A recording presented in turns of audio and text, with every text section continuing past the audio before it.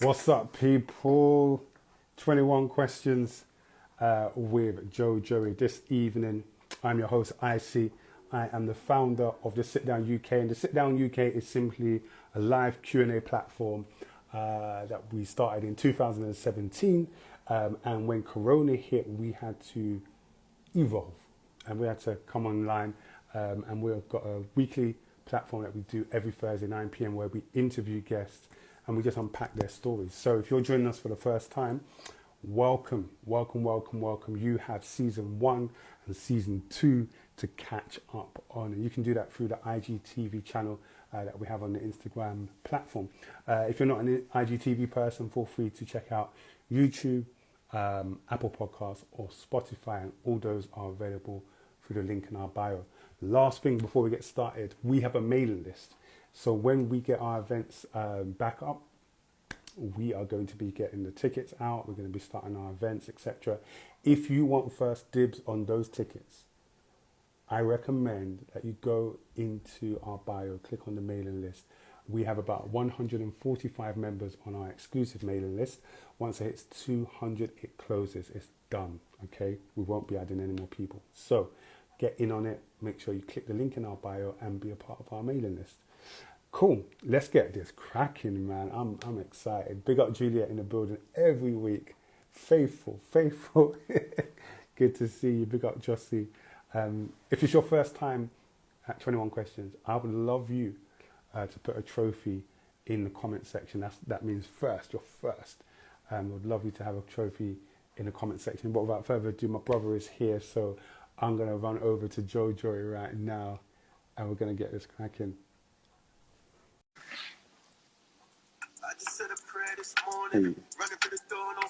Hey, pull up that.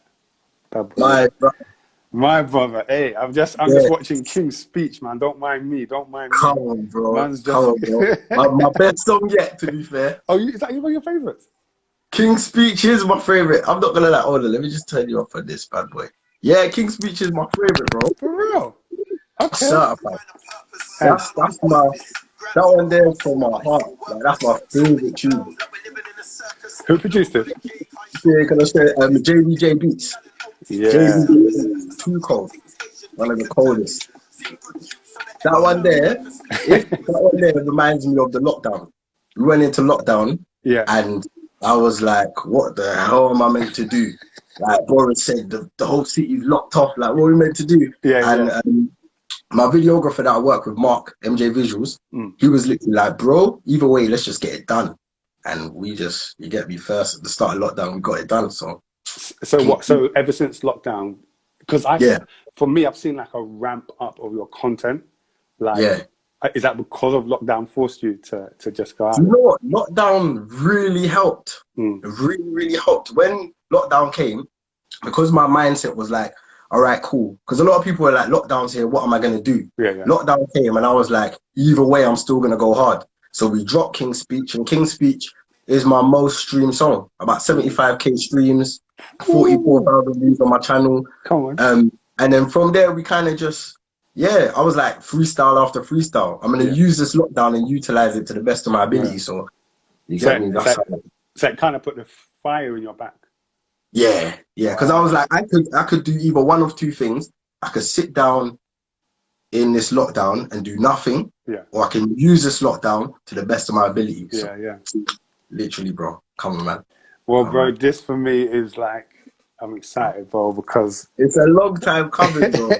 Let me get myself comfortable. Yeah, you were the first artist that ever performed at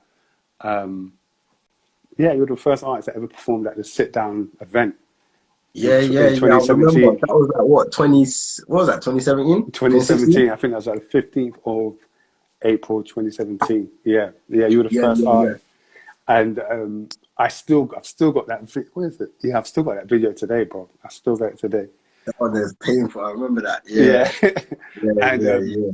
But you're somebody who, like I always say, is one hit away. I love your voice. Your voice is so authoritative. It has so much power behind it. So I love I love the way you use it. And you know, things like King's Speech that show your versatility. Yeah. Because Yeah, before literally. we'll get into the music part, but before, you know, you had the first presentation of Joey was the very reflective, the SBTV, freestyles, street stars, etc. But this lockdown and is really like spread your wings to say, yeah, 150%. man can do this, man can do that. There's reasons for that. There's a lot of reasons for that as well, but yeah, we'll get into 100%. that. All right. Well, You hit it on the head still. welcome to 21 Questions. It works like this. You have Nice 21 one. questions or more. You got one pass card. So if there's a question you do not want to answer, feel free to use your pass card. To everyone that is just joining us, welcome.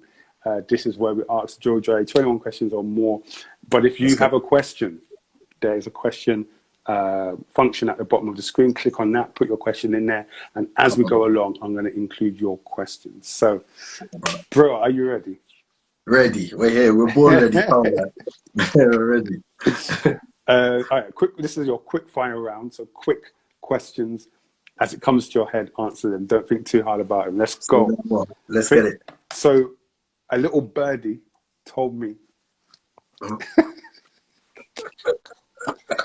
A little birdie told me that you love to eat. And the fact that you love to eat a lot, but you don't put on no weight. So and that they are so mesmerized at how this happens. Oh my days. So that's big facts. So I want to know, what is one meal that you could eat over and over and over again and never get bored of? Brown stew chicken, white rice, and dumpling. Me, I can eat that. I can never get bored of that. I can never get bored of that. Brown stew chicken, white rice, and dumplings. Come on. Fried or boiled dumplings, I don't mind.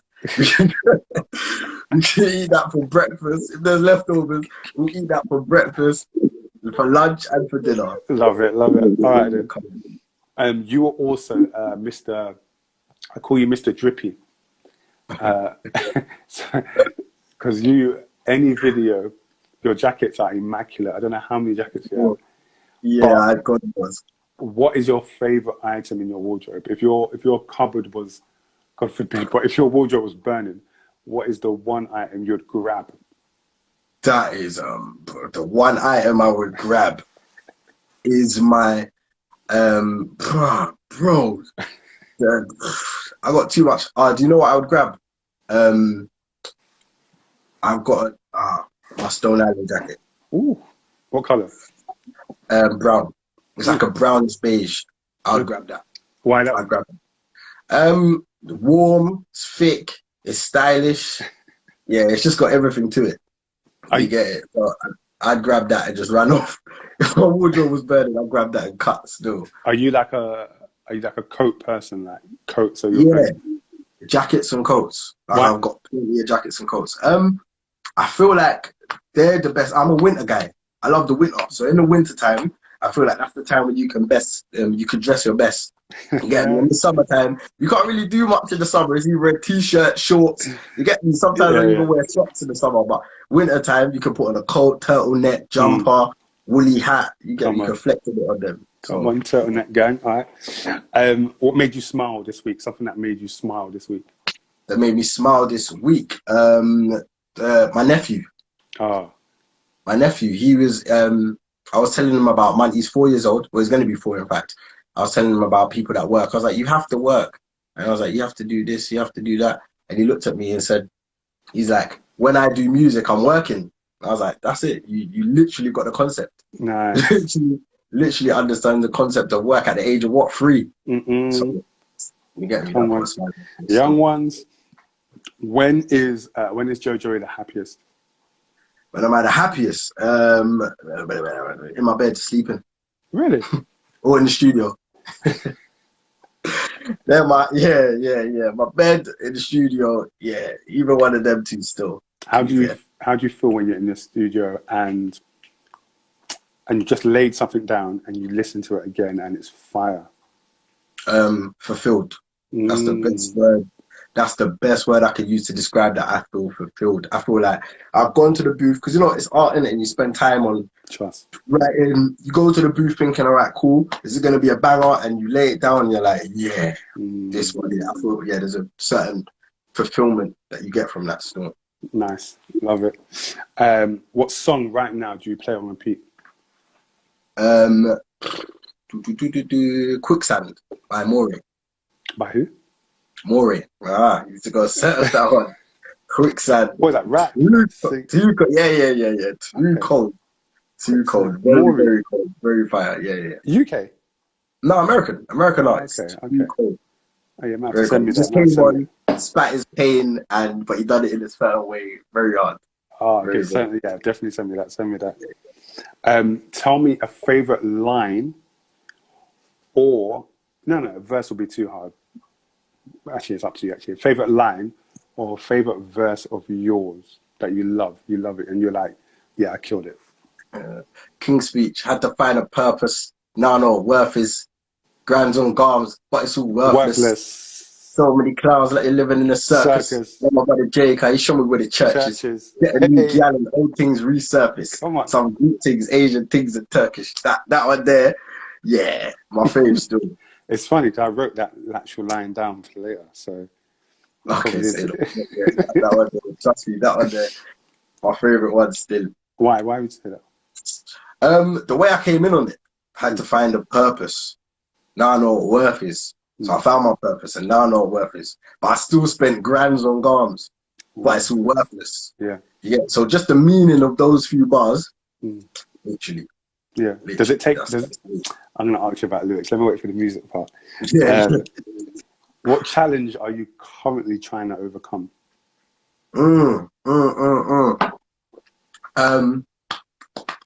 Honestly, I feel like I've got a bit of I used to have a really bad temper.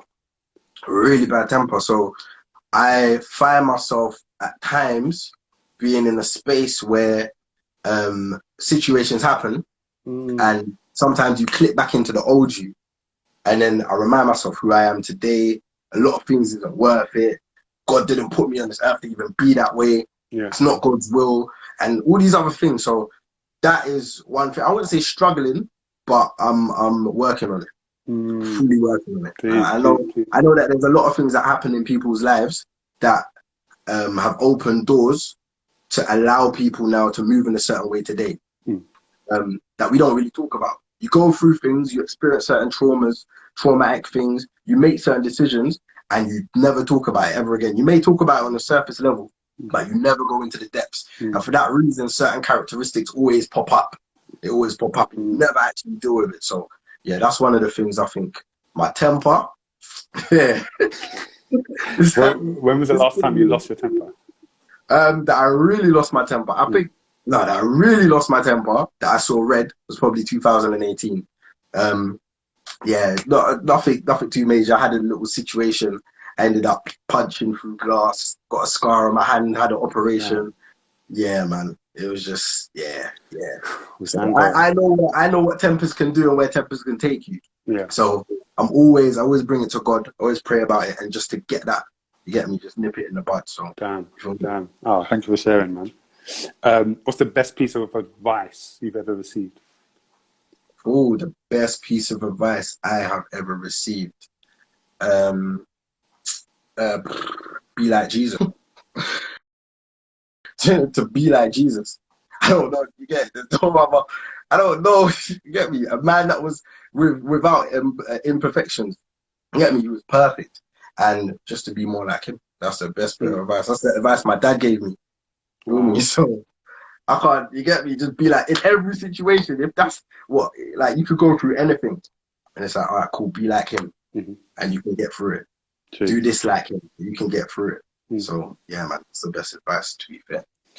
£8 million.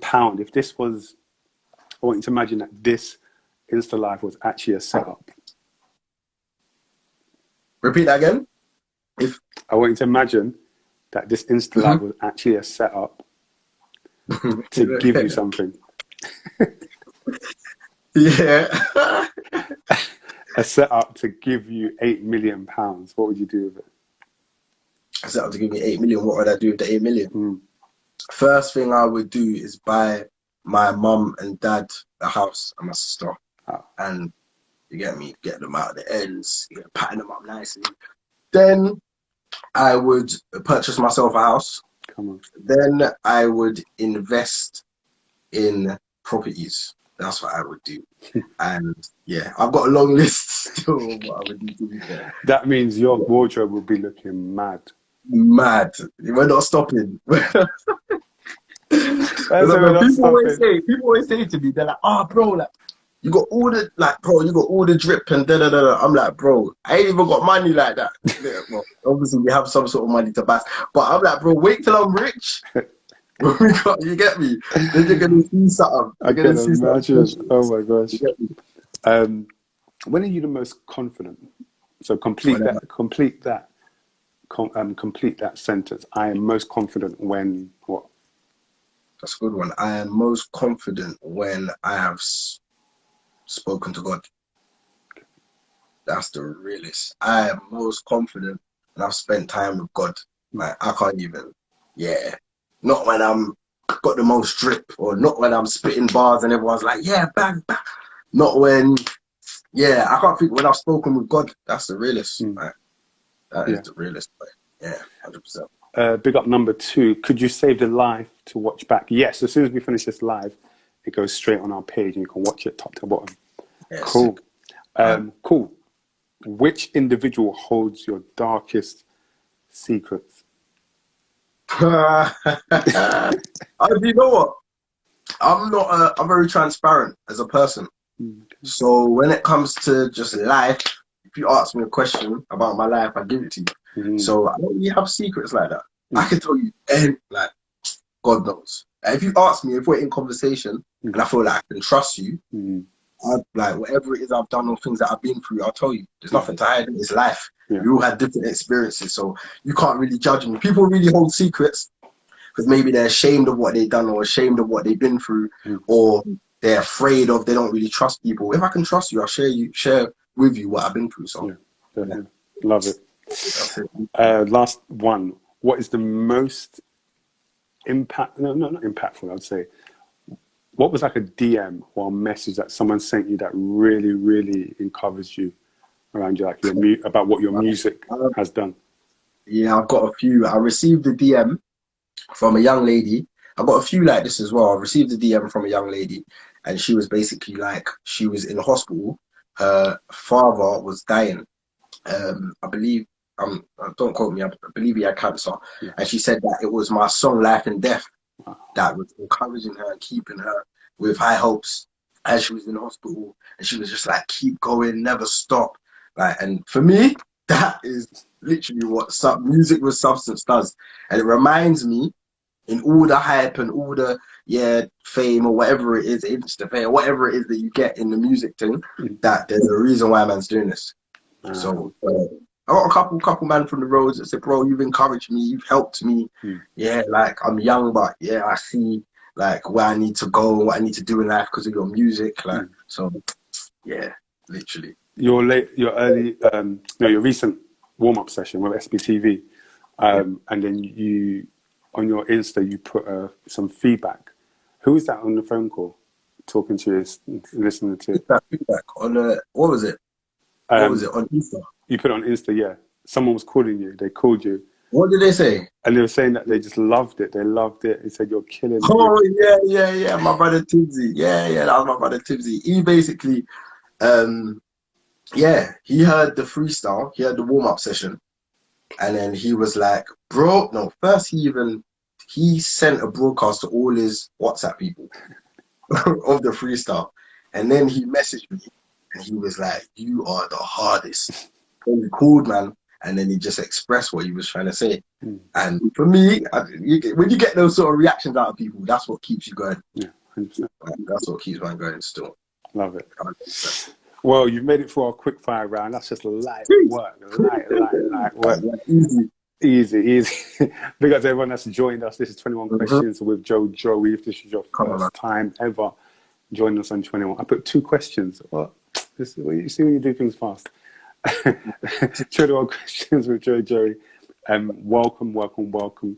If you want to check out any more of these episodes of season 1, season 2, watch our IGTV. But we're going to dive in right about now. Tell me about a time when you were growing up that was positively memorable. There's something that happened as you were growing up that was positively memorable from your childhood. That's a very good question in a positive way. There's so much, so many things. I used to play football. Play like every other black boy in London. I used to play football, but in fact, I played for Storm FC, which were academy team of Crystal Palace. I played for Stanhope FC, and I played for my school football team. We actually won the Croydon School Cup. In our games leading up to the final, I scored 2 goals, and I felt like I was in the middle of the World Cup. It felt like, I'm not even gonna cap. It felt like everyone was shouting my name. Like the first goal was gas. The second goal, everyone was like, "Yeah, Josh." Like my name's Josh, by the way. Everyone that don't know. What? I was like, hold up, my brother. Nah, don't tell me all these years you didn't know my name was Josh. Nah, you're what are we doing here? What are we doing here? What we doing? I see. You are. So what's going on here? So this is Joey, but your name is Josh. My God. Yeah, bro. And this is the first time you're telling me on INSTALIVE. So here it is. Oh my God. So here it is. Joey, comes from the J-O in Josh and the J-O-E in my middle name, which is Joel. Okay. So the J-O in Josh is the Joe, yes, and the J-O-E is the Joey. You get it? And people are like, but I don't know what to call you, whether Josh or Joey, but you get me, whatever you feel comfortable with. But that's so funny. I thought I assumed that everyone Why? knows. What would make you've never, I heard it in one lyric slip out. You said, they call me Josh. I said, but yeah. I thought whatever. You can't be Josh. Because it's... People are like, bro, Josh don't even suit you, bro. Like, hold on. That's funny. This is hilarious. Okay, big up football day. So how many siblings do you have? I have a brother and a sister, so 2. Older or younger? Younger. Yeah, sister's 20, gonna be 27. My brother's gonna be 25. How old are you then? 29, just turned 29. So young blood, you look so young. Close together, very close together. Yeah. What was it like having siblings growing up? Growing up, I was a bit of a tease. I used to tease my sister, because my sister's closer to age. I used to tease my sister a bit, but anything happened to my sister, I'm crying. And that turned into later on, and like anything happened to my sister, I'm riding. So yeah, and my brother's very intelligent, one of the most intelligent men I know on this earth that I know. Like he's currently studying abroad in China. He speaks Mandarin. Come on. You get it? So he in my household setting, he was that sort of, you get it? So when I was living a certain life, I never put my brother or brought my brother involved. You get me? So yeah, no, that was the kind of setup, really and truly. Did you feel any pressure as the oldest? Yeah, definitely. What type? I think not so much as younger, but I think going into my teens, you feel that pressure. I felt like I had to look after my sister. Anything happened to her, I'm reacting. anything. Like let my sister come to me and tell me that so and so said this and did this. It could be a family member. Like it could be anyone. Just anything happened to my sister, and I just find out. A lot of the time, my parents wouldn't even tell me. Oh, God. Because they know that I'm just gonna explode. You get it? Anything happened to my sister, so that was the sort of pressure. You get me? And then you also feel the pressure as I have to now be an example to you. I have to show you the ropes. If I'm not doing this, then how are you gonna do that? But it's a fake pressure. To be fair, I don't think it's real. It's not real. What made you? Was it because of the age that made you that close to your sister, and that love so strong? Yeah, 100%. I think the close in age. My sister, again, remember I'm very transparent in it, but with my sister, I used to tell her everything. So growing up as a teenager, like she would, yeah, she just knows everything. She's gone in my room and seen firearms. She's gone in my room and seen knives. I've been in situations and I've come home late and I've told my sister, oh, this and that happened. Wow. Yeah, and I used to always play with her and tell her, oh yeah, don't snitch, like snitch. So she never used to, she never used to tell my parents anything. So that's why me and my sister, yeah, we really got that sort of love, literally, man. And your brother being, your brother having that in quotes intelligent hat. Mhm. How did you steer him away from what you was going through? Very easily. I never, because remember he was in school years really. Yeah, he was never close in school. Like in school years, he's not close to me. Okay. So he sees me in the house. That's all he's gonna see. Yeah, he's gonna see me in the house, and in the house, I'm not the same person that I am outside. So when I'm at home, that's all my brother's gonna see. There was only a couple occasions when my brother saw me taking a knife from the kitchen, and I said I was using it to cut something in my room. And there was another time he saw me come in with a bandana. And he asked me what it was for, and I said, oh, I'm using it for school in drama. So, yeah, and because my brother is younger than me, when I was in, year 11, he was in year 8, Wow. or whatever, year 7, yeah. even, maybe, like, you get me? So, there was never really the crossover. I just never brought him into that.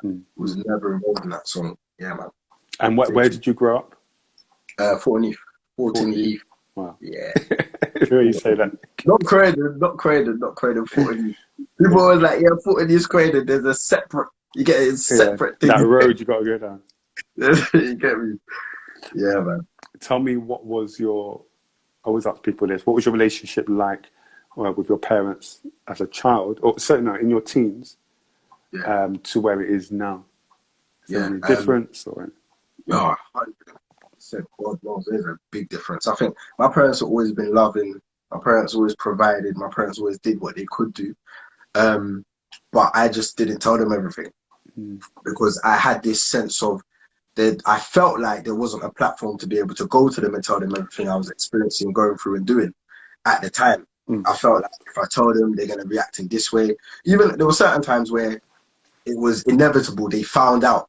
Wow. Or they saw, or they guessed, or they reacted like, why is this going, like, what's going on? What happened? You get it? So, but there was not that, you get me, we'll banter, we'll joke, they'll provide for us, they'll love us, they'll do this, they'll pray for us, all of that stuff, what parents should do. But I just never felt like growing up there was the platform to be able to go to speak to them. It's only so much more now in my later 20s that I've been able to speak to my parents about any and anything. Wow. Get me, go to them and speak to them about my life, the things I actually did, things I actually went through, my thoughts as a teenager. Get me? So, yeah, there's more of a, I would say, yeah, there is more of a bond now. There's definitely more of a bond now, 100%. What do you think has been key in that? Have they created that platform more, or you've just been more bold with it and bringing it? I think I've created the platform myself. I think it got to a point where, cause me and my dad, we sit down, we talk a lot. My dad can talk for England, I can talk for England, my mum as well.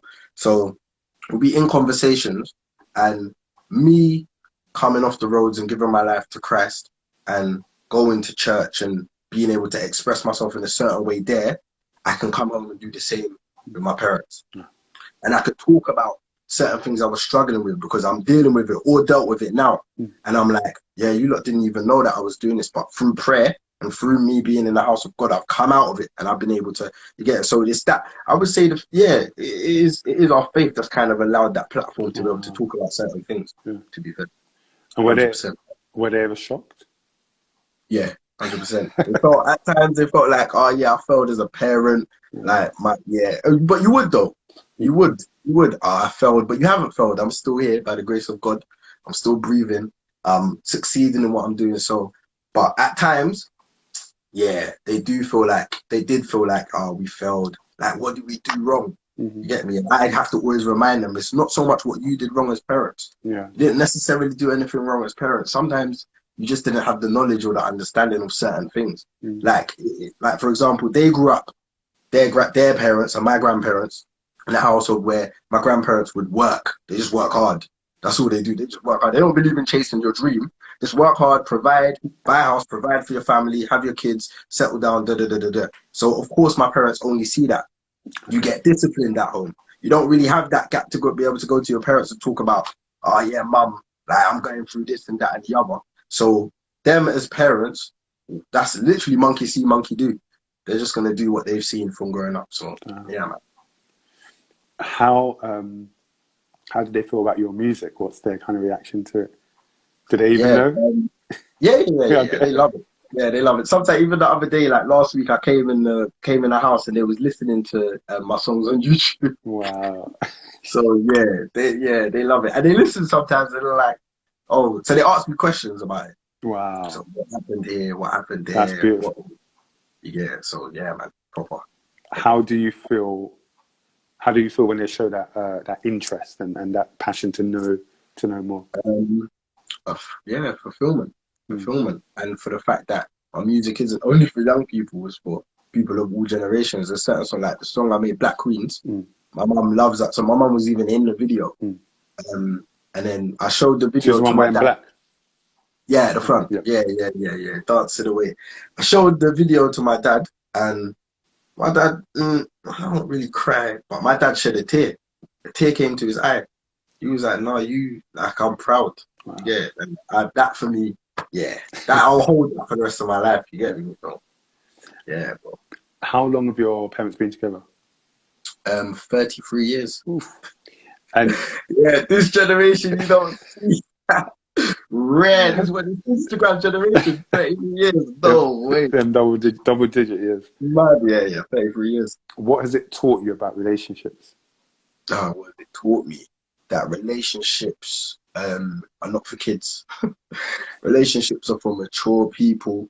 Relationships, it's going to take a lot of love and a lot of respect from both ways. And it's not really a 50-50 thing. It's 100-100.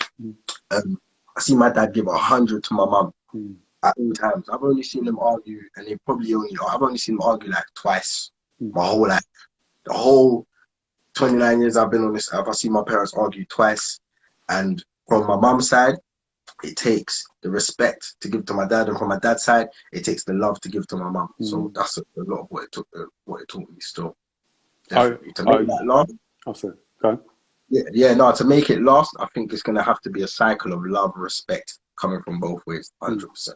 100%. Yeah, trust me. I'm 100%. I think I'm no.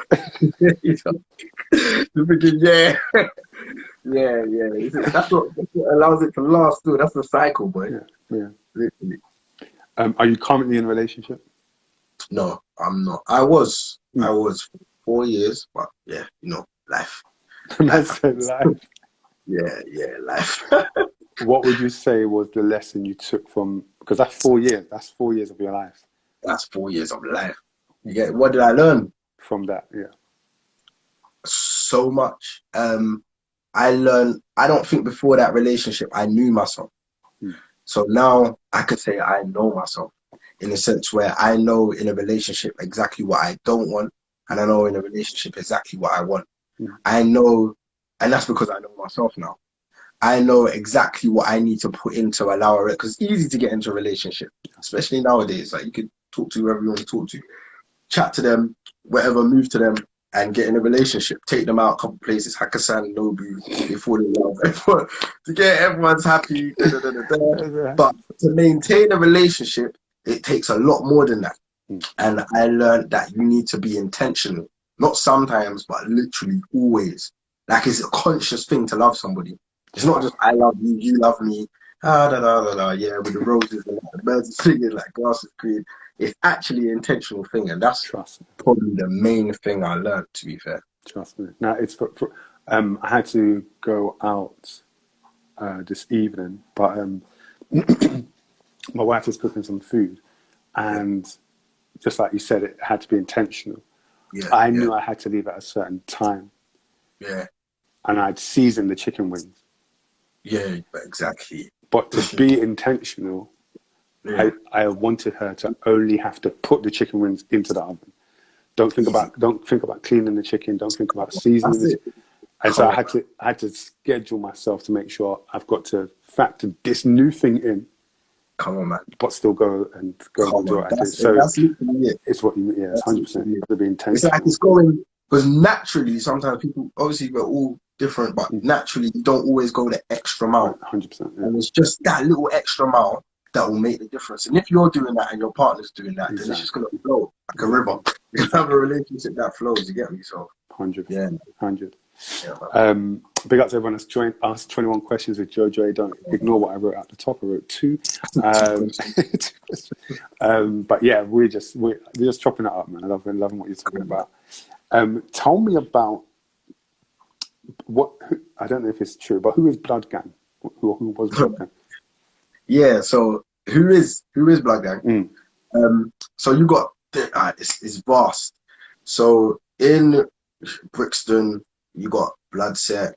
In Brixton, there was Old Tray. Okay. Yeah, Old Tray was a gang that spread throughout the whole of South London, to be fair. Well, certain areas in South London, let's not say the whole Brixton to Stockwell to Fulham, even to Croydon.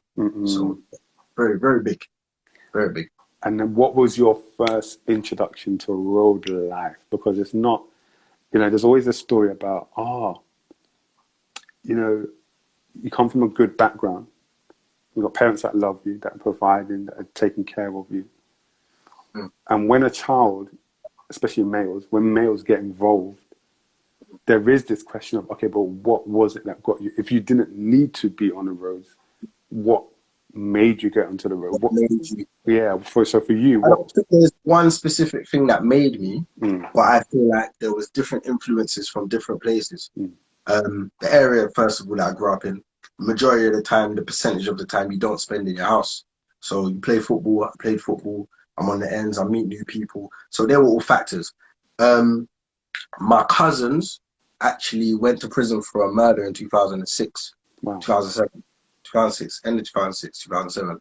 They went to, and they're still in prison now. They're due to come out soon, by God's grace. 2 of them, both of them. Yeah. They went to jail for murders, for a murder. And for me, it was kind of monkey see, monkey do. Obviously, your cousins, and they were close to me. All my cousins are close to me, especially my male cousins. They all, it's that sort of pub. Monkey see, monkey do. You kind of see them doing certain things. You go down that same route. From a young age and on the outside looking in, all of that life looks kind of cool. In school, let's say year 7, year 8, going to school, you're hearing different things. You're seeing different things. One of my closest brethren started bringing his knife to school. And then he's getting into madnesses. I'm with him going to school. I'm getting into madnesses. So that sort of cycle. But in the process of doing that, you're slow. It's like it's programming you to have that sort of mindset, to be that way inclined. Before and I feel like as human beings, we are built and made to be programmed. But it's just that you as a person or me as a person, we need to choose how we're going to be programmed. True. And I never chose. And how I was being programmed was just the roads. So I was seeing that happen. And then gradually, when I was 14, I was 15 actually. I was 15 years of age. And I went to pick up some drugs. And when I went to go pick up these drugs, the guy actually robbed me, stuck me up, robbed me. Yeah, a knife point. So when that situation happened, from that day, I had a knife on me every day for no reason. And that was only because of that situation. Yeah, so it was like little things. It's like it just pushes you. And then you get to the edge and it's like, damn. Yeah. Did you, in that altercation, did you, how can I put it? Was that a conscious decision that nobody will ever do that again? Yeah, literally. So you moved from a victim. You feel like a victim, and then you even feel like I said, we got the power to change ourselves, and I feel like I did that because I come from a good home. So my first initial reaction to things isn't violence; it's love. My first initial reaction to things isn't, I'm gonna lick off his head. My first initial reaction, but when situations happen, it's like you sit down and you reprogram your mind to be that way inclined. And eventually, the amount of situations that happen to you, different things that happen, and this offense and that offense and that offense. You got grudges now. Yeah. And you can't, sometimes you can't even take it out on the person. But now you got grudges, you just want to take it out on somebody. So it's just a madness. So would you say that is the general, is that the general mentality around gangsterism? What is that mentality of gangsterism that I guess certain people I would say there's so many different ideologies that come with it. Like, I'll never, like, do you think I'll ever let you violate me? Ever again? Like, all of that. I don't want to be violated. Disrespect. Like, he disrespected for you because he disrespected. Or you step on my shoes, I'm going to step on your neck. Like, if he does that, make sure you, if he hits you, make sure you hit him so you don't get up. That sort of mindset, right? And if he, like, I remember having conversations with my cousin. I'm not saying names, but yeah, my cousin. And we were sitting in the car. And I kept getting into madnesses.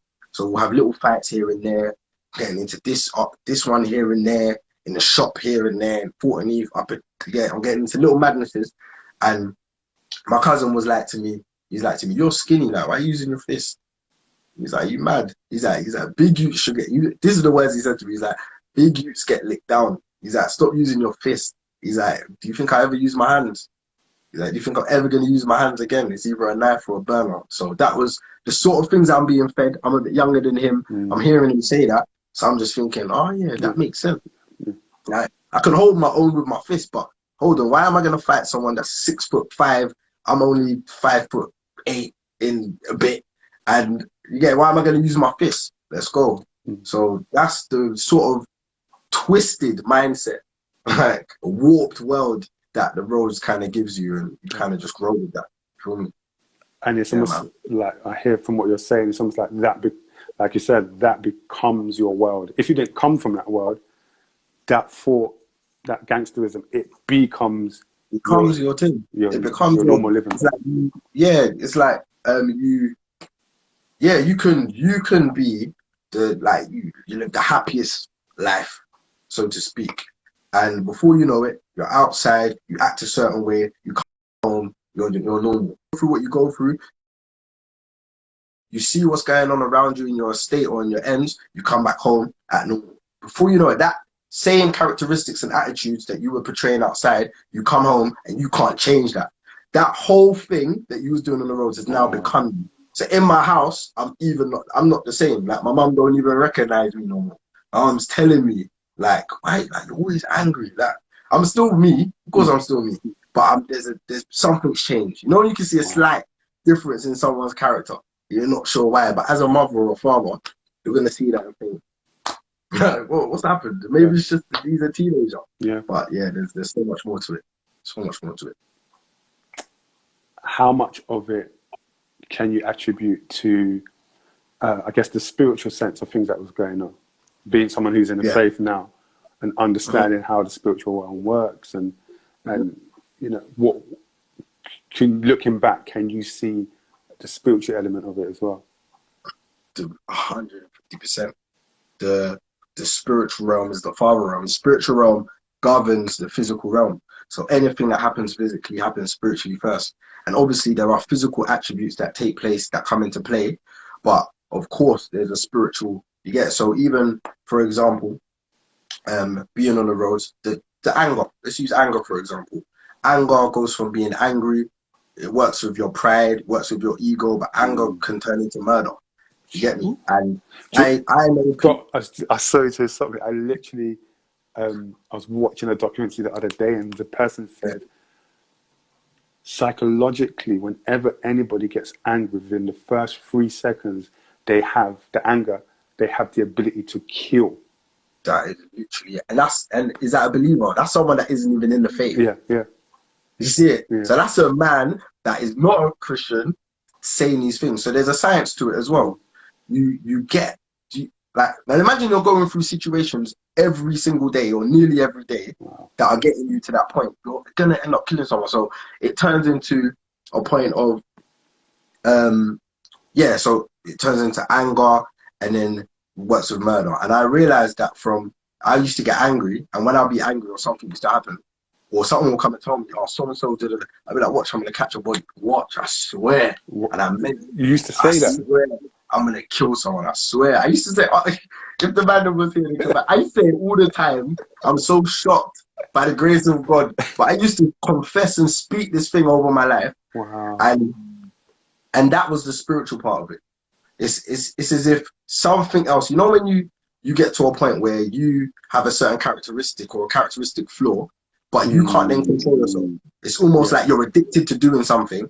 That is when you know that there's another thing spiritually influencing you and taking control. It's like puppets. It's like a puppeteer. One of the man them had a dream. One of my brethren had a dream one time, and at the time they were beefing. Brixton was beefing Peckham back and forth, back and forth. And he had a dream that in Peckham there were these beings that had all the man them on puppets, on puppet strings, and was manipulating the whole beef. And you know, more time you think, oh yeah, well, who, like people they say it in the newspapers, they're like, what would possess a person to do that? It's literally that. What would possess a person to do things like that? To murder someone cold-blooded, like without even, you get me? And I know some people who have come out of that lifestyle, that a spirit of murder, because I believe that if there's a God, then there's also a devil. And if there's angels, then there's also demons. And a spirit of murder had taken over this boy's mind, and he would literally, if people ain't dropping, it would bother him. Wow. It would bother him. It would be, if bodies ain't dropping, it would agitate him. And that's when you know that something is not just to even to do. And that's when you know people are like, oh, he's just gone mad. It's not even just a mental thing. It is a spiritual thing. Because then you find out when you start to pray about these things, then they start changing. Feel me? So that's how I started to see with myself those characteristics, that I had, the mindsets that I had, the ideologies that I had, the concepts about life that I had. When I went into prayer and I brought it all to God, it's the only time I started to see full change. Wow. And I'm not saying that you can't see change otherwise. You can go to counselors and you can do all these things and move out of the ends. But when I started to take it to God, I saw full transformation. Even how I looked changed. I used to look God knows, what proper throwback. I used to look depressed, angry, and violent all in one go. Like, you get it, but at the same time, like I'm still me. But I used to look like that, and then you take it to God, and that took time. That took months of prayer and just, you get me, fasting and all that other stuff to break those chains of the road. So yeah, man. What was for you your biggest wake up call? My brethren died. He actually got stabbed. He was stabbed in his heart. Yeah, that was my biggest wake up call because it happened at the right time. Not to say he died at the right time, but it happened at the right time for me. It happened at a time where I was transitioning. So I got baptized. I was still dabbling with the roads. You good, yeah? Good, yeah? Yeah, yeah. Cool. Yeah. Yeah, bro. Yeah, I got baptized, bro. And I was still kind of dabbling with the roads a bit, still getting into madnesses, like on a frequent basis, but I just got baptized. Yeah. And I remember, um, I was meant to go to a party. I didn't go to the party, I went home. Now I've gone home. I'm in my bed about 2 a.m. The man them's called me and they said, oh, SO's been stabbed. So what do you mean? I thought it was older, which I know is older. Yeah. So what do you mean he's been stabbed? He's like, nah, bro, he's dead, fam. He's dead. He's dead, bro. He's dead. I'm like, I'm in my bed at 2 a.m. Like, I'm in my bed. He's dead. And they've just put the sheet over him, bro. He's dead. Like, jumped out of my bed. I jumped out of my bed. I didn't even leave my house. I got on my knees. I cried. I cried. And that was the turning moment. Because the next day, I sat down, and I don't know, like, I am my own man, and the people around me I'll make my own decision.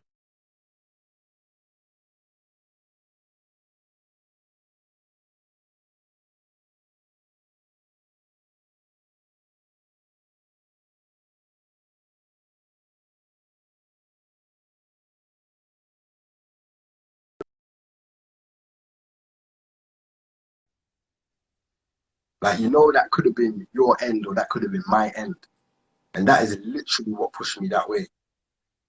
Like that's literally I sat down, I thought, right, death don't respect nobody. Good. Now I can't hear you.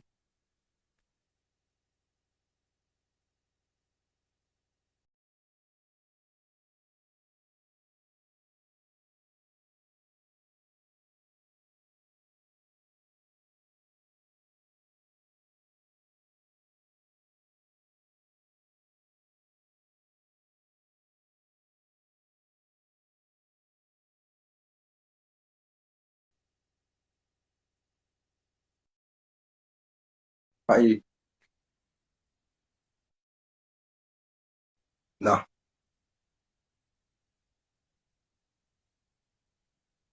Do you wanna come off and come back on?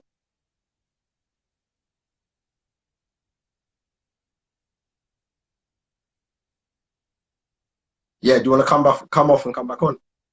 Yeah?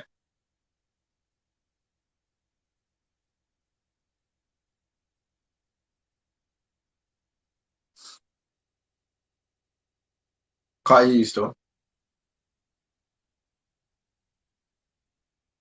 Yeah, yeah.